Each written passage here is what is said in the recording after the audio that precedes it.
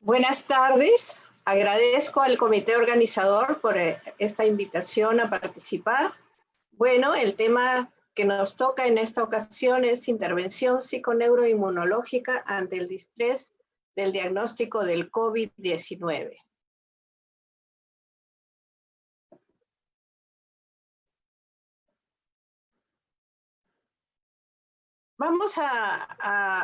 En primer lugar, vamos a dar unas generalidades sobre los aportes de la psiconeuroinmunología, que para algunas personas no es del todo conocida, lo relacionado al estrés y a la enfermedad.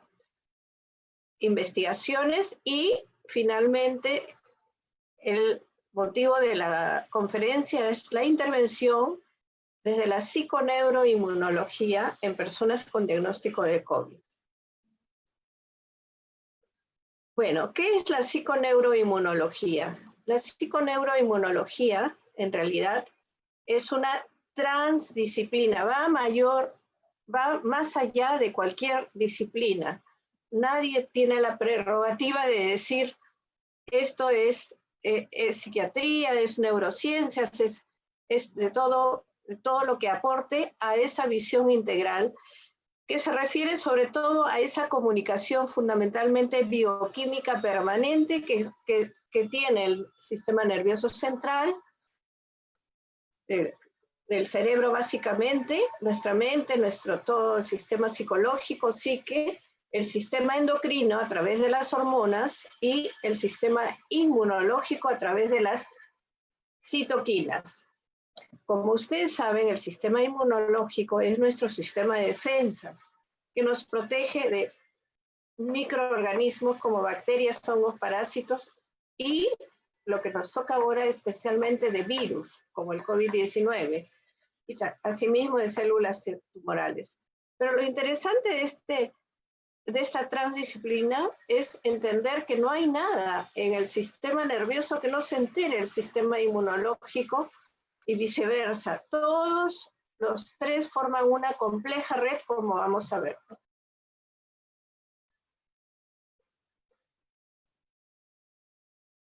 En un anual de Psychology se hicieron la siguiente pregunta: ¿puede la depresión, la ansiedad, problemas psicológicos, percepción de soporte social o punto de vista optimista alterar nuestra habilidad para resistir?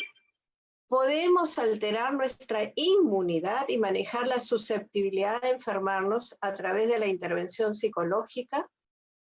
¿Cuáles son los cambios biológicos o bioquímicos a través de los cuales los estados y las características psicológicas pueden lograr cambios físicos en todos los sistemas del cuerpo y llegar a un equilibrio, lo que ahora se llama un sistema a la alostasis, que es la estabilidad a través del cambio? Esto lo vamos a ir respondiendo. Una de las representantes interesantes, esta neurocientífica, Candace Pert, con su famoso libro Moléculas de la Emoción, nos habló de la interrelación de los neuropéptidos, neurotransmisores y otros receptores, como las citoquinas, por ejemplo, que de las células inmunológicas, en una compleja red psicosomática. La doctora Candace Pert demostró que estos neuropéptidos y neurotransmisores actúan sobre el sistema inmunológico, mostrando esa estrecha relación con las emociones, sugiriendo mecanismos a través de los cuales las emociones y el sistema inmunológico son profundamente interdependientes. Otro representante, porque hay muchos exponentes de la psiconeuroinmunología, pero he traído algunos que se relacionan con la psicología. Bruce Lipton, biólogo celular, en su famoso libro Biología de las Creencias, en el 2007, demuestra que las percepciones y creencias que determinan la biología del organismo, y no los genes como postulaba el determinismo genético. O sea, creer, pensar nuestras percepciones es hacer biología en nuestro organismo. Por otro lado, el doctor Bernard Siegel, al igual que Hipócrates, el padre de la medicina, siempre ha afirmado, cirujano oncólogo con importantes trabajos de investigación, dice, no existen enfermedades incurables, sino personas incurables. Bien. En este cuadro, el doctor Jorge Santiago, presidente de la Asociación Peruana de Psiconeuroinmunoendocrinología, se llama así porque la Federación Latinoamericana, así se llama, y para alinearse, nos habla pues que la psiconeuroinmunología o psiconeuroinmunoendocrinología es el puente entre la psicología y medicina en cuanto se ven comprometidos sistemas del cuerpo normalmente visto por los profesionales médicos, ¿no? En una constante intercomunicación mente-cuerpo. Las investigaciones que aportan a la psiconeuroinmunología, la biología molecular, la anatomía, las neurociencias, la inmunología, la endocrinología, la psicología, el padre de la psiconeuroinmunología fue el doctor, fue doctor en psicología, el psiquiatra George Solomon, el padre de la psicoinmunología, la oncología, todas las especialidades médicas, la antropología, etcétera, etcétera.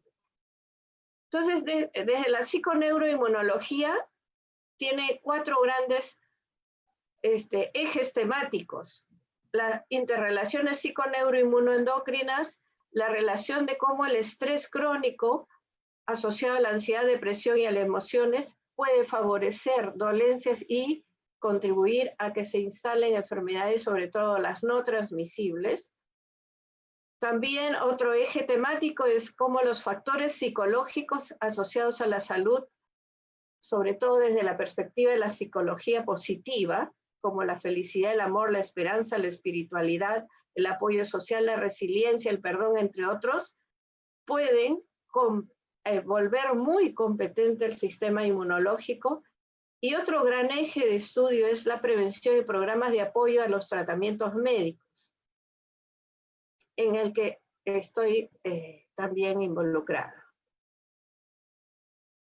Como les dije, el modelo desde la psiconeuro es un modelo de una compleja red.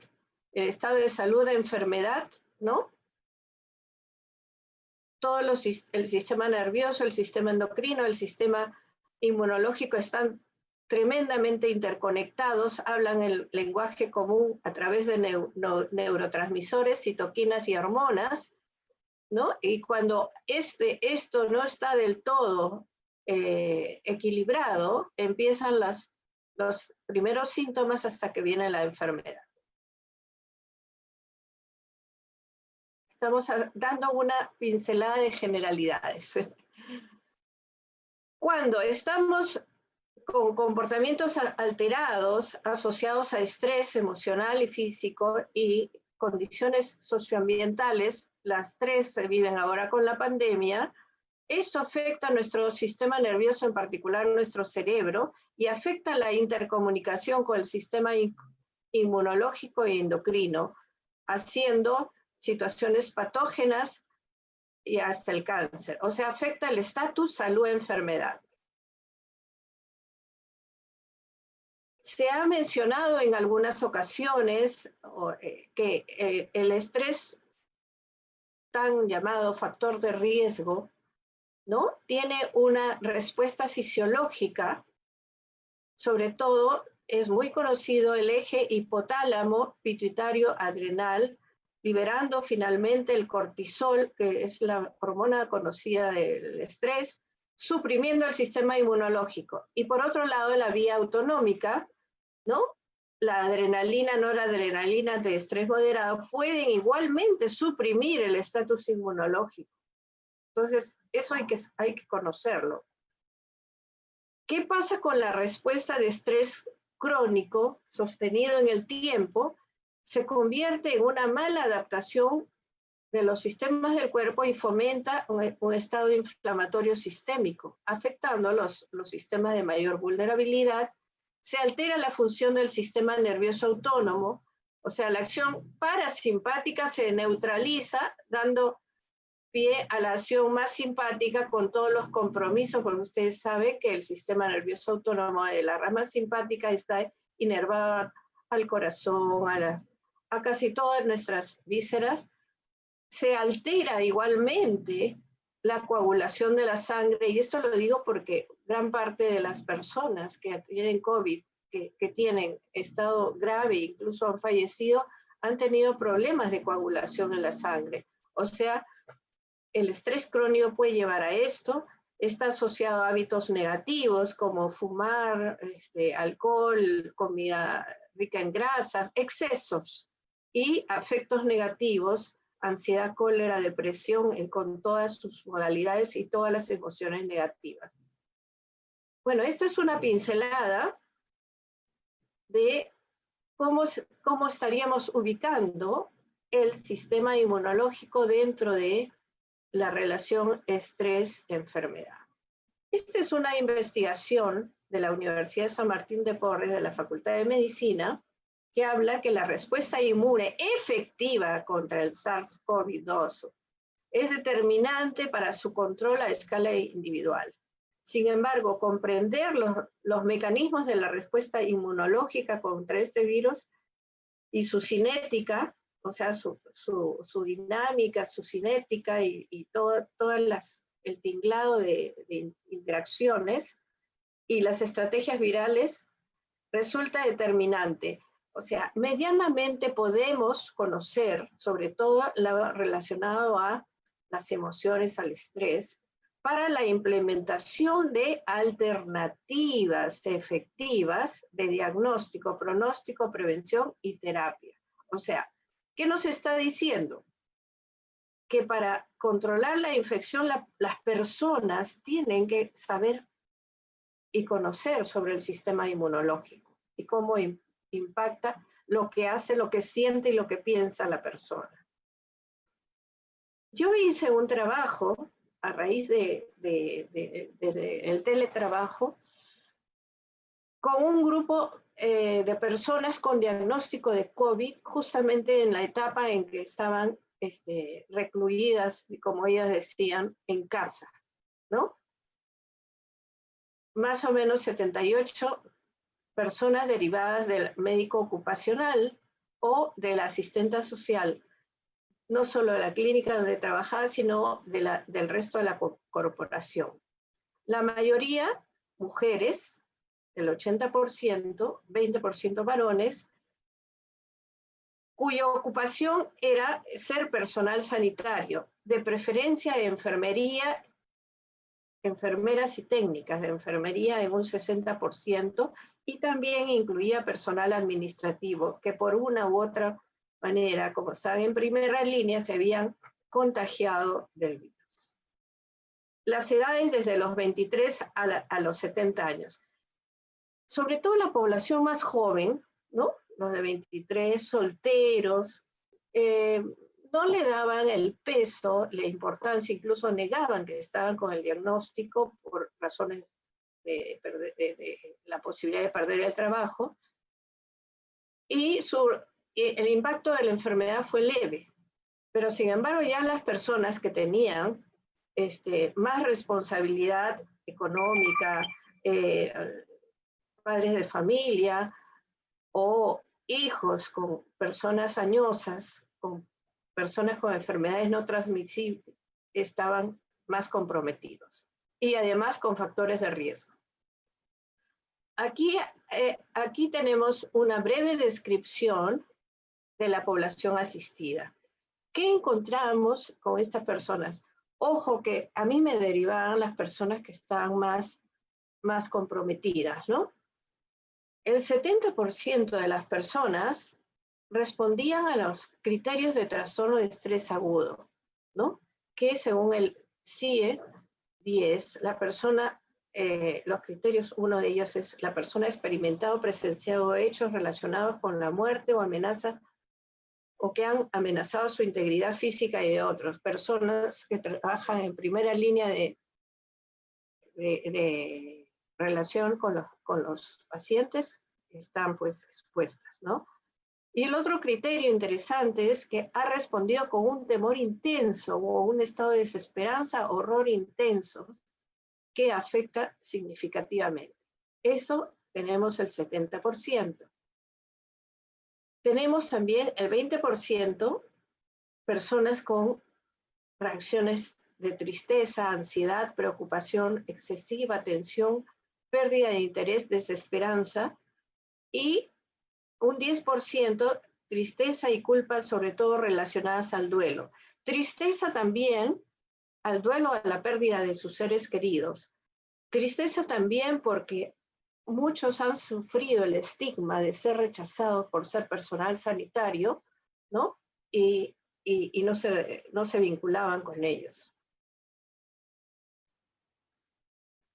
Bien, ahora vamos a ver el tema que nos convoca, la intervención desde la psiconeuroinmunoendocrinología o psiconeuroinmunología, es lo mismo. La intervención está orientada a la atención a las personas necesitadas de desarrollar actitudes y destrezas para un afrontamiento eficaz de los estresores percibidos como agudos o crónicos y prevenir condiciones que favorezcan alguna dolencia o enfermedad, disminuyendo su competencia inmunológica. O sea, darle herramientas a las personas para empoderarse inmunológicamente. La coyuntura de la pandemia ha causado mucho impacto en la persona, en la familia y a nivel social comunitario, pero de manera diversa y compleja. No todos han respondido de la misma manera. Los principales estresores ya se ha escuchado hasta el cansancio, pero podríamos resumirlos como el abandono de la cotidianeidad. Nos cambió la vida, ¿no? Esta pandemia. La incertidumbre económica, muchos han perdido el trabajo o están por perderlo, y el impedimento de estados recreacionales, de ocio. Somos seres eminentemente sociales.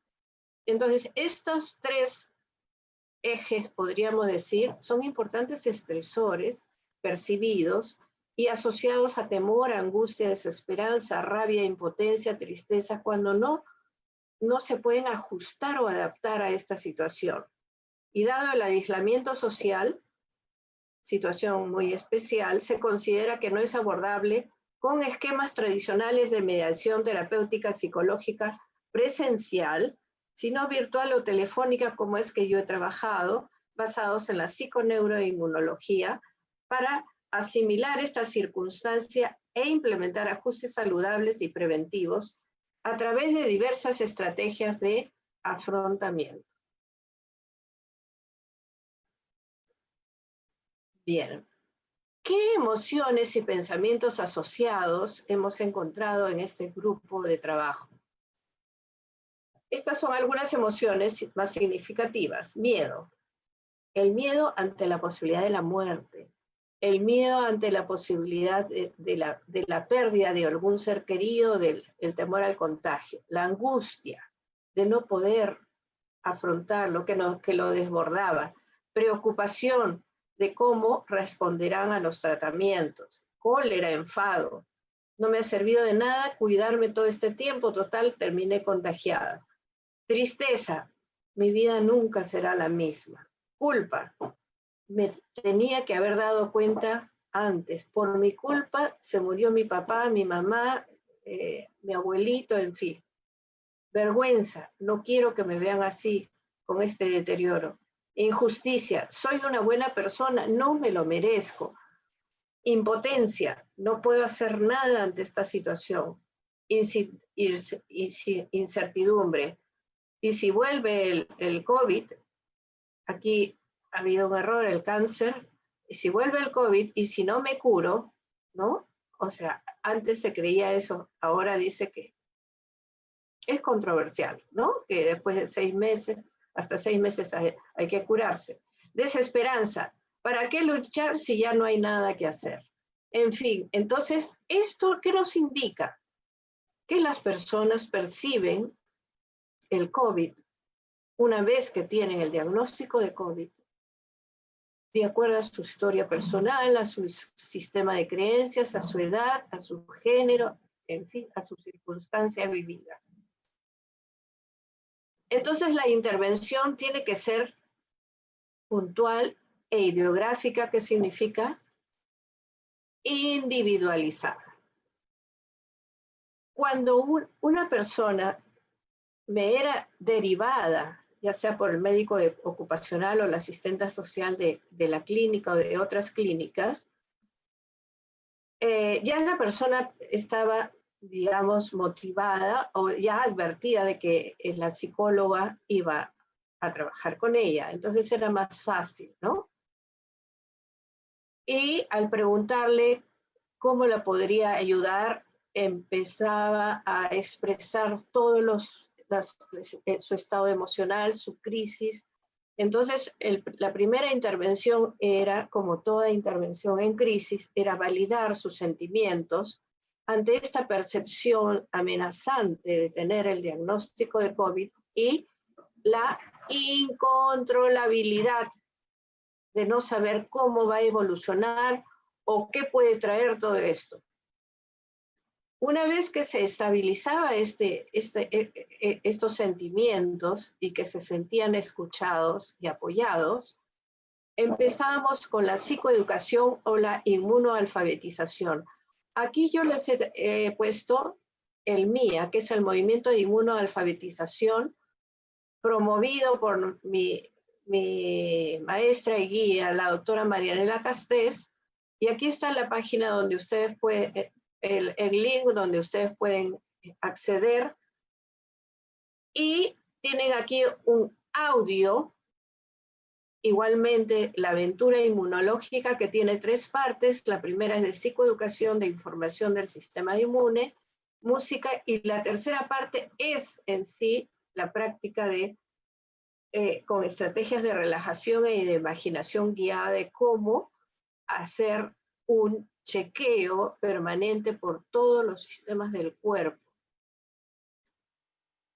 Entonces, la psicoeducación inmunoalfabetización es ubicarlas a las personas en que están ante un problema asociado a la inmunidad y que, como ya sabemos, y felizmente ya esto está generalizado, nuestro sistema de defensas, nuestro sistema inmunológico es afectado cuando estamos con emociones negativas.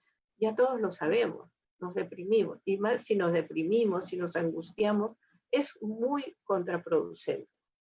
Entonces, ahí, amablemente, después de hablar un poquito de nociones de psiconeuroinmunología y ofrecerle estos audios,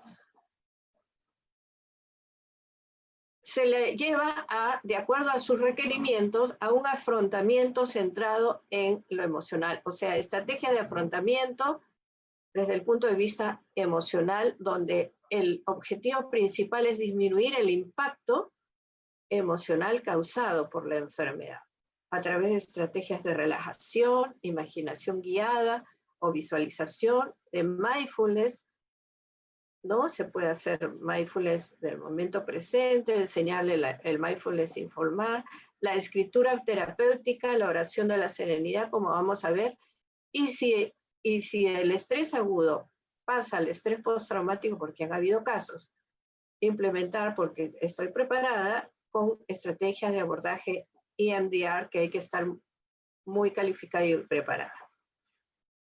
No solo el afrontamiento centrado en disminuir el impacto emocional, sino también llevarla a la persona a las soluciones por asumir, ¿no? Por ejemplo, ¿qué va a pasar con mis hijos, con mi familia, con mi trabajo? ¿Qué voy a decir? ¿Voy a perder? ¿Voy a recuperar horas? ¿No me siento bien? Hay una serie de cosas que pasan por la cabeza de las personas y se sienten más abrumadas todavía. Y se les acompaña a buscar estrategias de solución de problemas de manejo, sobre todo asertivo, de la situación frente a su centro laboral, en fin. Vamos a hablar sobre la inmunoalfabetización. La inmunoalfabetización es enseñarle a la persona, y para eso hay audios, como les digo, a leer y escribir sobre el sistema inmunológico. Es un sistema que funciona como un ejército plenamente organizado, pero que muy importante para mantenernos sanos. Y cuando no estamos sanos, tenemos dolencia, enfermedad, podemos contribuir más rápidamente a estabilizarnos y llegar a la sanación. Pero cuando se deprime, este sistema inmunológico pasa hacia la enfermedad. Generalmente, enfermedades no transmisibles, crónicas, por ejemplo, agravan la situación. Pero también, si no estamos debidamente competentes inmunológicamente hablando, ¿no? Se favorece la depresión o la supresión de nuestra inmunidad y favoreciendo la enfermedad o agravando el estatus de enfermedad. El sistema inmunológico es nuestro sistema de defensas, como ya dije, y tener en cuenta que está en constante comunicación con nuestro cerebro, por eso es tan sensible a las emociones y a nuestro sistema neurohormonal, ¿no? Como el sistema endocrino. Apropiarse de este conocimiento es obligatorio. Tan obligatorio como comer bien, como ejercitarse y realizar otros factores protectores. No solo de nosotros mismos, sino de las personas que nos rodean. Aquí les he traído la personalidad inmunocompetente, que la doctora Castés, Marianela Castés, la impulsora del movimiento MIA, nos presenta esta prueba y está investigando al respecto. Entonces, si ustedes la contestan, pueden responderla a ese link. Bueno, una vez respondidas las preguntas, revisa tu correo en el cual se te informa el puntaje parcial a cada pregunta y tu resultado con la categorización de inmunocompetencia. ¿Qué nivel de inmunocompetencia, de acuerdo a tu personalidad, podrías tener? Eso es lo que mide esta prueba. Y aquí tenemos las preguntas. ¿Tienen el trabajo, las actividades, las familias y las relaciones un sentido significado en la vida diaria? O sea, la vida con propósito es muy importante, porque nos lleva pues también a experimentar estados positivos. La otra, ¿tengo la habilidad de expresar adecuadamente la rabia? ¿Y por qué esta pregunta? Porque se ha visto, pues, por ejemplo, el doctor George Solomon, en su célebre artículo Inmunidad y Teoría de la Personalidad, nos habla que las personas que se contienen la rabia, que son complacientes con el entorno, que no quieren problemas, no quieren discusiones, no quieren conflictos, y todo se lo guardan, esas personas están mucho más predispuestas a tener problemas de autoinmunidad o problemas asociados a la inmunidad. O sea, su sistema inmune se ataca.